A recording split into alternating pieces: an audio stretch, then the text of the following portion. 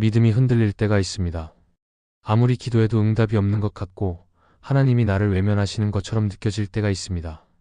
그런 순간에는 마음이 약해지고 흔들리던 믿음은 점점 더 힘을 잃어갑니다. 그동안 열심히 붙들었던 확신도 희미해지고 영적으로 무기력해진 나 자신을 보며 낙심하기도 합니다. 그러나 성경을 보면 하나님은 우리의 감정과 상황에 따라 변하시는 분이 아니십니다. 하나님은 항상 우리와 함께 하시고 우리가 흔들릴 때조차도 그 곁을 떠나지 않으십니다. 그래서 오늘 우리가 나눌 주제는 이것입니다. 믿음이 흔들릴 때 이 말씀을 붙드세요. 하나님은 여전히 당신과 함께 하십니다. 이 말은 단순한 위로가 아니라 성경 안에 분명히 기록된 하나님의 약속입니다. 우리는 흔들릴 수 있어도 말씀은 흔들리지 않습니다. 우리가 약해질 수 있어도 하나님의 말씀은 우리를 다시 붙들 힘이 됩니다. 지금 당신이 어떤 상황에 있든지 말씀을 기억하십시오. 이 말씀이 당신을 다시 일으키고 하나님의 임재 안에 머물게 할 것입니다.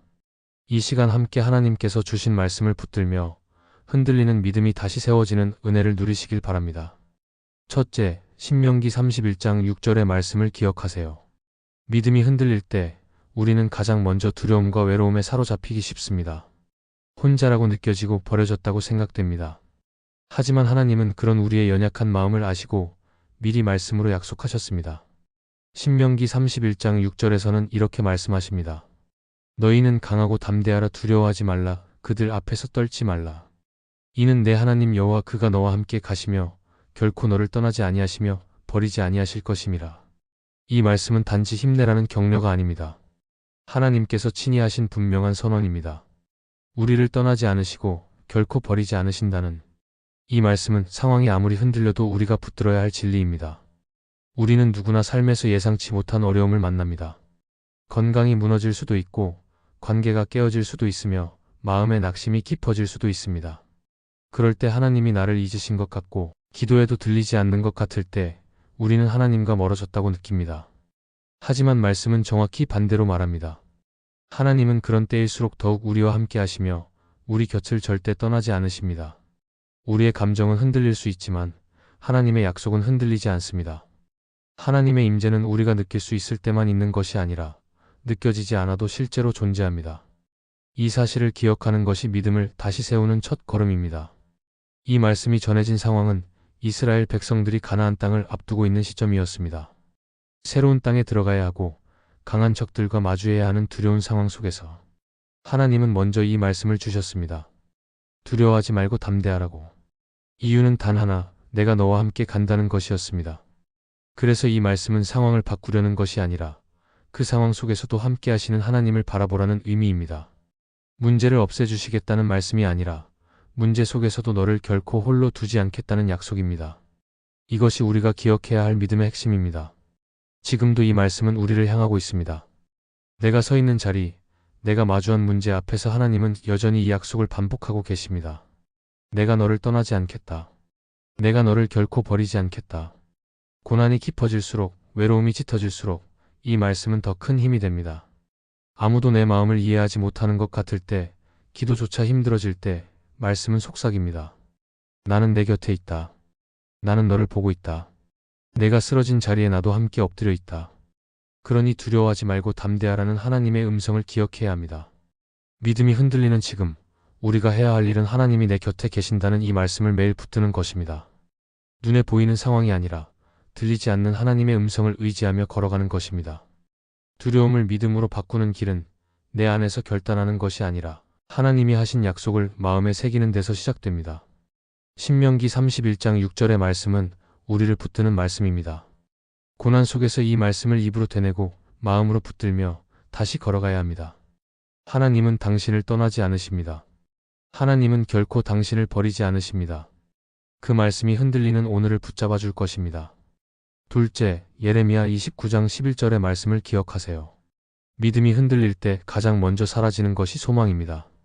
지금 겪고 있는 이 상황이 언제 끝날지 모르고 앞으로 더 나빠지지는 않을까 하는 두려움이 마음을 지배할 때 우리는 내일을 기대하지 못하고 현재에 주저앉아 버리기 쉽습니다.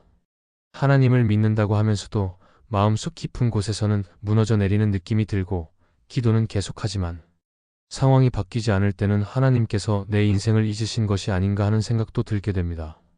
그러나 바로 그때 하나님은 우리에게 분명한 말씀을 주십니다. 예레미야 29장 11절입니다. 여호와의 말씀이니라. 너희를 향한 나의 생각을 내가 아나니 재앙이 아니라 평안이요 너희에게 미래와 희망을 주는 것이니라. 이 말씀은 고난 중에 있는 자들에게 주신 하나님의 약속입니다. 하나님은 언제나 우리를 향해 선한 뜻을 가지고 계십니다. 이 말씀은 바벨론 포로로 잡혀간 이스라엘 백성에게 주신 말씀이었습니다. 그들은 나라를 잃었고 삶의 터전을 빼앗겼으며 하나님께 버림받았다고 느끼는 상황 속에 있었습니다. 그런 그들에게 하나님은 오히려 놀라운 선언을 하십니다. 지금의 상황이 끝이 아니라는 것, 이 모든 일이 무의미한 고통이 아니라는 것, 하나님의 계획은 여전히 유효하며 그 계획은 절망이 아니라 평안이라는 것을 말씀하신 것입니다. 이 말씀이 주어진 시점은 상황이 좋아질 기미조차 보이지 않을 때였습니다. 하지만 하나님은 미래에 대해 말씀하셨습니다. 지금은 고난이지만 이 고난의 끝에 하나님의 계획은 반드시 이루어질 것이며 그 계획은 평안과 희망이라는 것입니다. 우리가 흔들리는 이유는 대부분 상황이 불안정하기 때문입니다. 앞을 알 수 없고 내가 할 수 있는 것도 없을 때 우리는 쉽게 낙심합니다. 그러나 하나님은 지금 이 상황보다 훨씬 더 크신 분이십니다. 하나님은 지금의 나보다 나의 내일을 더 잘 아시는 분이십니다. 예레미야 29장 11절의 말씀은 지금 당장은 이해할 수 없는 고난 속에서도 하나님의 큰 그림이 있음을 믿으라고 말씀하십니다. 지금 내가 이해하지 못해도 하나님의 계획은 반드시 이루어지며 그 결과는 나에게 유익이 될 것이라는 확신을 주십니다. 이 말씀은 단순히 위로가 아니라 믿음으로 붙잡아야 할 하나님의 진리입니다. 하나님은 계획 없이 고난을 허락하지 않으십니다. 지금 내 삶에 일어나는 일들이 불편하고 아프고 혼란스러울 수 있지만 그 모든 과정 속에서 하나님은 나를 인도하고 계십니다. 내가 보지 못하는 길을 준비하고 계시고 내가 감당할 수 있도록 나를 빚고 계십니다. 고난이 길어질수록 우리는 하나님의 뜻을 오해할 수 있지만 그럴수록 이 말씀을 붙들어야 합니다. 하나님은 나에게 재앙이 아니라 평안을 주시기 원하십니다. 그분의 뜻은 나를 무너뜨리기 위한 것이 아니라 오히려 세우기 위한 것입니다. 믿음이 흔들릴 때는 소망을 붙잡아야 합니다. 그리고 그 소망은 하나님의 약속 위에 세워져야 합니다. 예레미야 29장 11절은 그런 소망을 주는 말씀입니다. 지금은 아무것도 바뀌지 않은 것처럼 보일지라도 하나님은 일하고 계십니다. 하나님은 내가 상상하지 못한 방법으로 나의 미래를 준비하고 계십니다. 그러니 지금 나의 상황이 하나님을 해석하게 하지 말고 하나님의 말씀으로 지금의 상황을 해석해야 합니다. 하나님의 계획은 실패하지 않습니다. 그 뜻은 선하며 당신을 향한 하나님의 생각은 분명히 평안입니다. 그러므로 소망을 버리지 말고 이 말씀을 마음에 새기십시오. 지금 하나님께서 하시는 일은 나를 향한 좋은 계획의 일부입니다. 이 말씀을 붙드는 자는 흔들리는 상황 속에서도 다시 일어설 수 있습니다. 하나님은 절대 실수하지 않으십니다. 그리고 그 하나님은 지금도 당신과 함께 하십니다. 셋째, 시편 46편 1절의 말씀을 기억하세요. 믿음이 흔들릴 때 우리의 마음속에는 공포가 찾아옵니다. 삶의 균형이 무너지고 예상치 못한 고난이 닥쳐오면 우리는 너무 쉽게 두려움에 사로잡힙니다. 그러나 그런 상황 속에서 하나님은 한 가지 분명한 말씀을 주십니다. 시편 46편 1절은 이렇게 말합니다. 하나님은 우리의 피난처시요 힘이시니 환난 중에 만날 큰 도움이시라. 이 말씀은 단지 평안한 날에 위로하는 말이 아닙니다. 진짜로 환난 한가운데서 우리가 붙잡아야 할 진리입니다. 하나님은 어려움이 없을 때만 함께 하시는 분이 아니라 오히려 우리가 가장 힘든 순간에 피할 수 있는 피난처이십니다. 우리는 환난을 피하고 싶어 합니다. 누구나 고난은 피하고 싶고 어려움은 멀리하고 싶습니다. 그러나 인생에는 피할 수 없는 고난이 찾아옵니다. 그 고난은 어떤 때는 갑작스럽게, 어떤 때는 오래 지속되며 우리를 지치게 만듭니다. 그럴 때 우리는 도망가고 싶어지기도 하고 하나님조차 멀게 느껴질 수 있습니다. 하지만 바로 그런 순간에 시편 기자는 하나님이 피난처라고 고백합니다. 세상에서 어디로도 숨을 수 없는 상황이 있을지라도 하나님은 숨을 수 있는 안전한 곳이 되신다는 것입니다. 피난처는 전쟁이나 재난이 일어났을 때 사람들이 목숨을 구하기 위해 달려가는 곳입니다. 그리고 하나님이 바로 그런 곳이라는 것입니다. 피난처는 고난이 없다는 뜻이 아닙니다. 고난이 있어도 안전하다는 뜻입니다. 하나님은 단지 위로의 말씀만 하시는 분이 아니라 실제로 도우시는 분이십니다. 말씀에서는 하나님이 우리의 힘이 되신다고 합니다. 내가 다 쓰러진 것 같고 아무것도 할 수 없다고 느껴질 때 하나님이 내 힘이 되십니다. 내가 기도할 힘도 믿을 힘도 없을 때 하나님이 힘을 부어주십니다. 우리는 종종 믿음을 내가 지키는 것이라고 착각할 수 있습니다. 하지만 성경은 말씀합니다. 하나님이 우리의 힘이시라고. 내가 붙잡는 것이 아니라 하나님이 나를 붙들고 계신다는 사실을 믿어야 합니다. 이것이 믿음이 흔들릴 때 다시 일어설 수 있는 이유입니다. 그리고 시편 46편 1절은 하나님이 환난 중에 만날 큰 도움이시라고 말합니다. 하나님은 고난이 지나간 다음에 도우시는 분이 아니라 고난 중에 함께 하시는 분이십니다. 우리가 가장 괴롭고 외로울 때 하나님은 가장 가까이 계십니다. 문제를 다 해결해 주신 후에 오시는 분이 아니라 그 문제의 한가운데 함께 하셔서 우리를 도우시는 분이십니다. 하나님은 멀리서 지켜보시는 분이 아니라 지금 이 순간에도 우리 곁에서 함께 일하고 계십니다. 우리가 이 말씀을 믿을 때 어떤 상황에서도 두려움보다 하나님을 먼저 보게 됩니다. 피난처 되시는 하나님을 바라보게 됩니다. 우리의 마음이 흔들려도 하나님의 약속은 흔들리지 않습니다. 하나님은 오늘도 우리의 피난처이십니다. 그리고 당신이 겪고 있는 고난 속에서도 힘이 되어 주십니다. 우리가 할 수 있는 것은 오직 이 말씀을 기억하는 것입니다. 믿음이 흔들릴 때마다 이 말씀을 입술로 고백하며 마음으로 붙드는 것입니다. 하나님은 지금도 당신의 피난처가 되십니다. 이 사실을 믿고 오늘도 그분께로 나아가야 합니다. 두려움이 밀려올 때 시편 46편 1절의 말씀을 다시 떠올리십시오. 하나님은 지금도 당신과 함께 하시며 환난 중에 당신을 지키고 계십니다. 넷째, 시편 56편 8절의 말씀을 기억하세요. 믿음이 흔들릴 때 우리는 마음속 깊은 외로움에 사로잡히게 됩니다. 아무리 주변에 사람이 많아도 위로하는 말이 들려도 내 마음은 여전히 혼자라고 느껴질 때가 있습니다. 그리고 그 외로움 속에서 누구도 나를 이해하지 못할 것 같다는 생각에 기도조차 멈춰버리기도 합니다. 그러나 시편 56편 8절은 이렇게 말씀합니다. 나의 유리함을 주께서 계수하셨사오니 나의 눈물을 주의 병에 담으소서.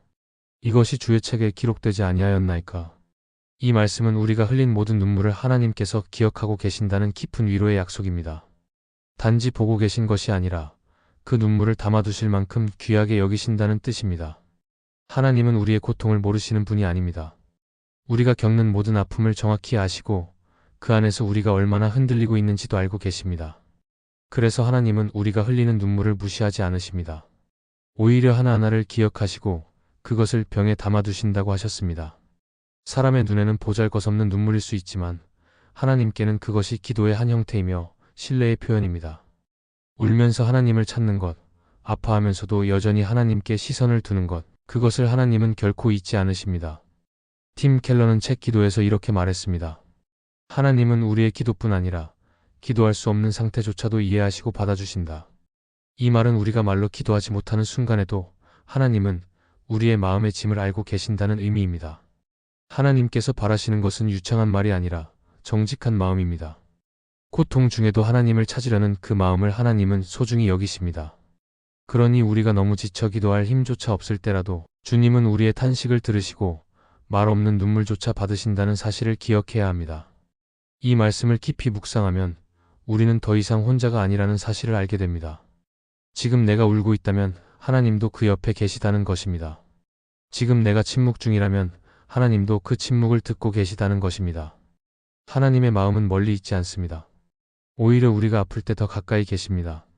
하나님은 우리의 유리함, 즉 방향 잃고 흔들리는 시간을 알고 계시며 그 시간을 헤아리고 계십니다. 그리고 그 눈물을 당신의 병에 담아두시고 그 모든 순간을 기억하시며 회복의 때를 준비하고 계십니다. 믿음이 흔들릴 때 우리의 감정은 쉽게 무너지고 기도는 멈추고 마음은 닫히지만 하나님은 여전히 열려 계십니다.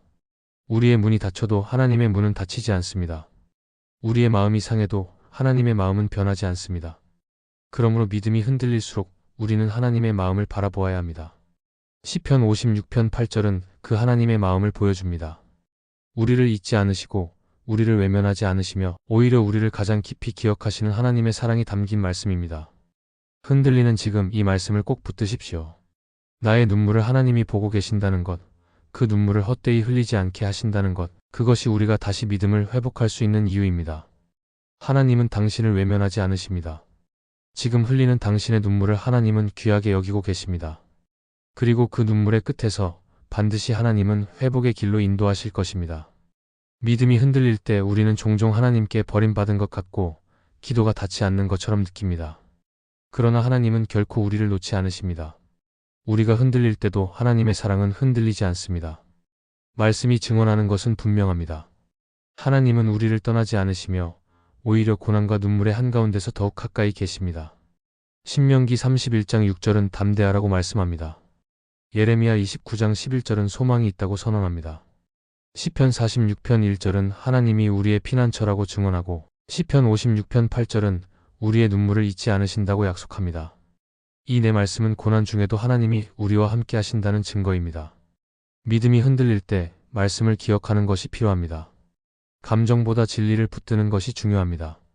지금 내가 느끼는 것보다 하나님이 하신 말씀에 귀 기울이십시오. 흔들리는 상황 속에서도 하나님은 여전히 당신을 붙들고 계십니다. 그분은 선하시며 그분의 계획은 반드시 이루어집니다. 그러니 낙심하지 마십시오. 주저앉지 마십시오. 하나님의 말씀은 결코 변하지 않으며 지금도 살아 역사합니다. 이 말씀들을 마음에 새기고 다시 한 걸음 일어나십시오. 하나님은 지금도 당신과 함께 계십니다. 그리고 끝까지 함께 걸어가실 것입니다. 이 말씀이 마음의 은혜가 되셨다면 좋아요와 구독으로 함께 해주세요. 그리고 댓글에 아멘이라고 남겨주시면 하나님의 은혜가 더 많은 사람들에게 전해질 것입니다. 여러분의 삶 위에 하나님의 은혜가 언제나 함께 하시기를 바랍니다. 감사합니다.